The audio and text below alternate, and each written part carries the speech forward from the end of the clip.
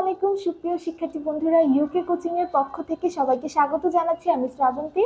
তো গত পর্বে আমরা লেনদেন সম্পর্কে আলোচনা করেছিলাম গত পর্বগুলোতে। আজকে হচ্ছে সেই লেনদেনের পর্ব 3। আজকে আমরা শিখবো হচ্ছে লেনদেন কিভাবে চিহ্নিত করতে হয় প্রত্যেকটা ঘটনা থেকে। তো চলো শুরু করি।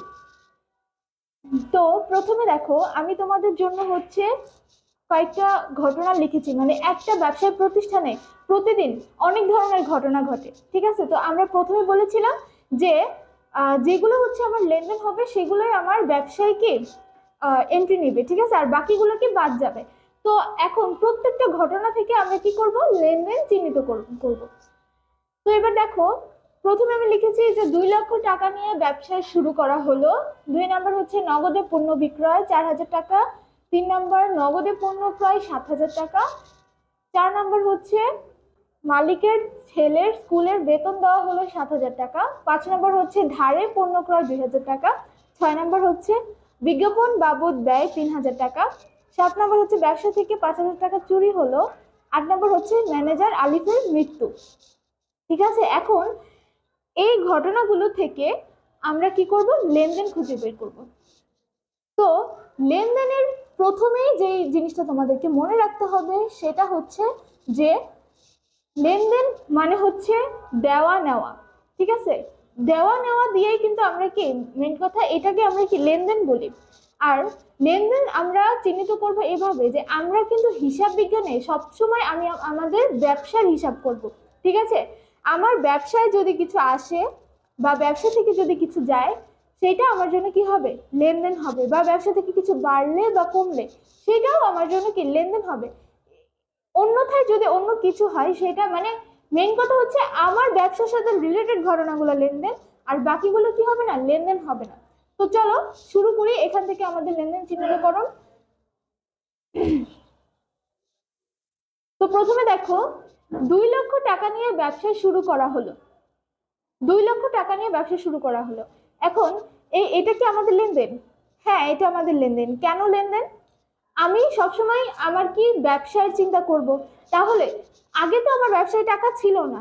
এই 2 লক্ষ টাকা নিয়ে যখন আমি আমার ব্যবসা শুরু করছি তখন আমার ব্যবসায় টাকা আসছে। ব্যবসায় টাকা আসার পরে তো আমি আমার ব্যবসাটা শুরু করতে পারবো, তাই না? তার মানে এইটাই তো মূল যেই টাকাটা, সেটা দিয়ে আমি আমার ব্যবসা শুরু করতেছি। তাহলে এটা আমার জন্য কি হবে, লেনদেন হবে। কারণ আমার ব্যবসায় টাকা আসছে, এর জন্য এটা আমার জন্য লেনদেন। আচ্ছা, এরপরে দেখো, আর আরেকটা কথা বলি, যখনই 1 তারিখে যেই জিনিস নিয়ে ব্যবসা শুরু করবে ওইটাকেই আমরা মূলধন বলবো। যদি বলে যে এটা নিয়ে ব্যবসা শুরু করছে বা এটা নিয়ে ব্যবসা আরম্ভ করা হলো বা এত টাকা বিনিয়োগ করা হলো, এই 1 তারিখে যেটা দিয়ে ব্যবসা শুরু করা হয় ওই সবকিছু হচ্ছে আমার জন্য কি, মূলধন। মূলধন হিসেবে গণ্য করা হয়। এরপরে দেখো, 2 নম্বর বলছে নগদে পণ্য বিক্রয় 4,000 টাকা।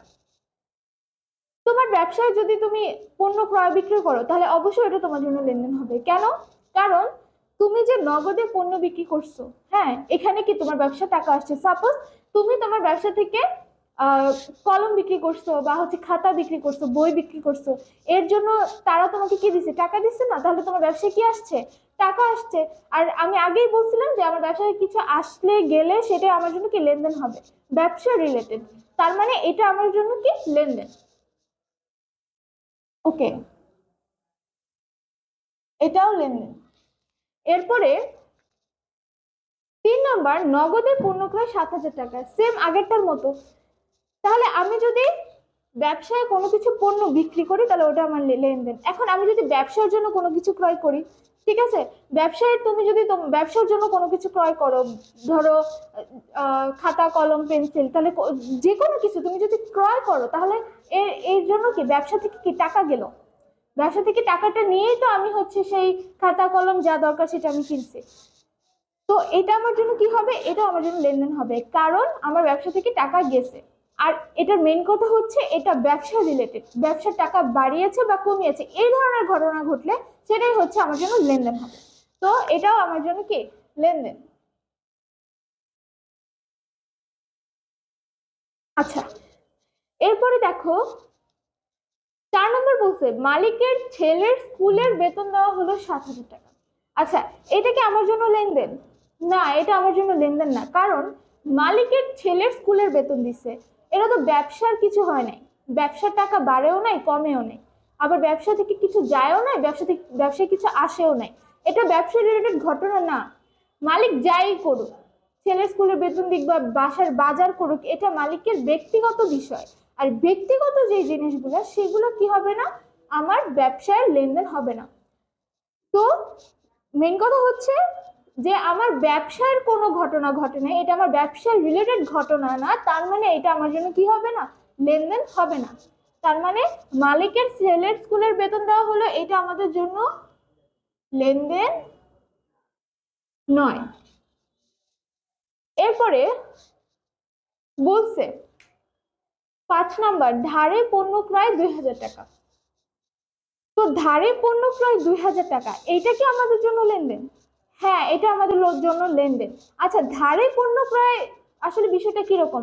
আমি ধারে চাল কিনছি, ঠিক আছে, তো এখানে তো আমার থেকে টাকা যায় নাই, ধারে কিনছি, এখান থেকে তো টাকা যায় নাই, তাহলে টাকা যেহেতু যায় নাই, এটা আমার জন্য কিভাবে লেনদেন হবে?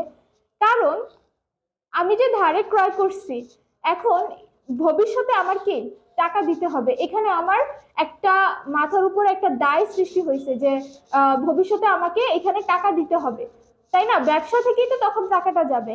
আর তার উপরে আমি যে ধারে পণ্য ক্রয় করছি, তাহলে ওই পণ্যটা আমার ব্যবসায় আসছে। আর আমি আগেই বলছিলাম যে কোনো কিছু যাওয়া আসা বা বাড়া কমা হইলেই সেটা কি হবে, লেনদেন হবে ব্যবসার ক্ষেত্রে, ঠিক আছে? তো এর জন্য এই ধারে পণ্য ক্রয় আমার জন্য কি হবে, লেনদেন হবে। কারণ এখানে আমার একটা দায় সৃষ্টি হয়েছে, ভবিষ্যতে আমার এখানে টাকা দিতে হবে। আর এমনিতেও ধারে পণ্য ক্রয় করার ফলে আমার কাছে কি পণ্য আসছে, মানে যেটাই কিনছি তুমি বাকিতে যেটাই কিনো সেটা তো তোমার ব্যবসায় আসছে, তাই না? আর ব্যবসার জিনিস বাড়ছে মানে এটা আমার কি হবে, লেনদেন হবে। তো এটা আমার জন্য লেনদেন। আচ্ছা, এরপরে দেখো বিজ্ঞাপন বাবদ ব্যয় 3000 টাকা। আচ্ছা, বিজ্ঞাপন মানে হচ্ছে এই যে নর্মালি যে অ্যাড গুলো দেওয়া হয় না, প্রচারণার জন্য যেই কাজ করা হয় সেটাই তো বিজ্ঞাপন, আমরা সবাই জানি। এখন এই বিজ্ঞাপন দিলে ব্যবসার লাভ কি?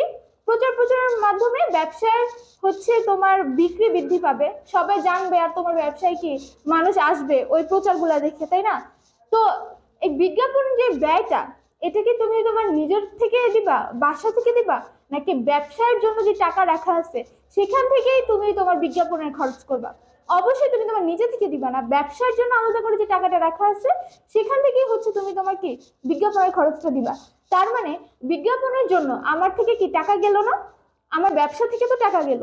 ব্যবসা থেকে টাকা যাওয়ার কারণে এই বিজ্ঞাপন বাবদ ব্যয়টাও কি আমাদের জন্য কি হবে, লেনদেন হবে। কারণ এখানে ব্যবসা থেকে কি টাকা গেছে, আর আমি আগেই বলছি যে ব্যবসা রিলেটেড ঘটনাই হচ্ছে কি লেনদেন। তো এটা আমাদের জন্য লেনদেন।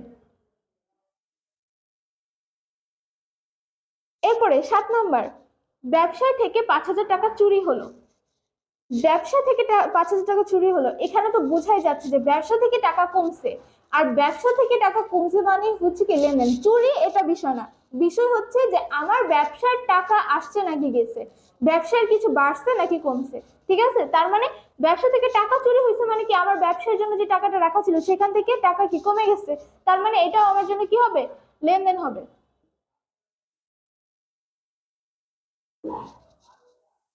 আচ্ছা, যদি আমি বলি যে এখানে তো ব্যবসা থেকে টাকা চুরি বলছে, যদি এমন বলতো যে মালিকের পকেট থেকে 4 টাকা চুরি হয়েছে, তাহলে ওটা কি লেনদেন হতো? ওটা কিন্তু লেনদেন হতো না।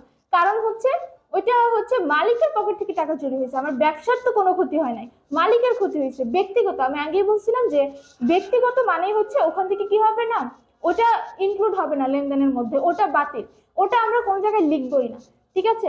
এরপরে দেখো ম্যানেজার আলিফের মৃত্যু হলো। ধরো ব্যবসায় একজন ম্যানেজার ছিল, ওই ম্যানেজার নাম হচ্ছে আলিফ, তো সে কি মারা গেছে, এতে ব্যবসার কি কোনো ক্ষতি হয়েছে? না, ব্যবসার তো কোনো ক্ষতি হয় নাই, বা ব্যবসার টাকা বাড়ে নাই কমে নাই কিছু হয় নাই। এটা তো জাস্ট হচ্ছে ওটা ব্যক্তিগত বিষয়, আর ব্যক্তিগত বিষয় কি লেনদেনে অন্তর্ভুক্ত হবে না। মানে এক কথায় বলতে গেলে লেনদেন মানে হচ্ছে ব্যবসায় কোনো কিছু আসবে বা যাবে, বা কিছু বাড়বে বা কমবে, এই 4টা জিনিস মাথায় রাখলে তুমি কি তোমার লেনদেন খুব সহজেই কি চিহ্নিত করতে পারবা।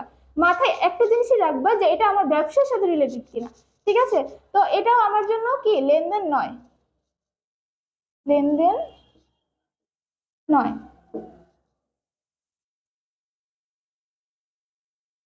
তো সুপ্রিয় শিক্ষার্থী বন্ধুরা, এই ছিল আজকে হচ্ছে আমাদের লেনদেন চিহ্নিতকরণ। আমি আশা করি মানে সব সব ঘটনা তো মানে বোঝানো পসিবল না, তো আমি হচ্ছে মানে এই ধরনের জিনিসই আসবে তোমাদের অঙ্কের মধ্যে। তো তোমরা জাস্ট ওই চারটা জিনিস মাথায় রাখবা, বাড়ছে কমছে বা আসছে গেছে কিনা, তাহলেই মানে ব্যবসা রিলেটেড, তাহলেই কি তোমরা যে কোনো ঘটনা থেকে তোমাদের লেনদেনগুলো চিহ্নিতকরণ করতে পারবে। ঠিক আছে, ইনশাল্লাহ নেক্সট ক্লাসে আমরা হচ্ছে লেনদেন থেকে কিভাবে হিসাব বের করতে হয় ওই জিনিসটা শিখবো। তো সেই পর্যন্ত তোমরা ভালো থাকো, সুস্থ থাকো, আল্লাহ হাফেজ।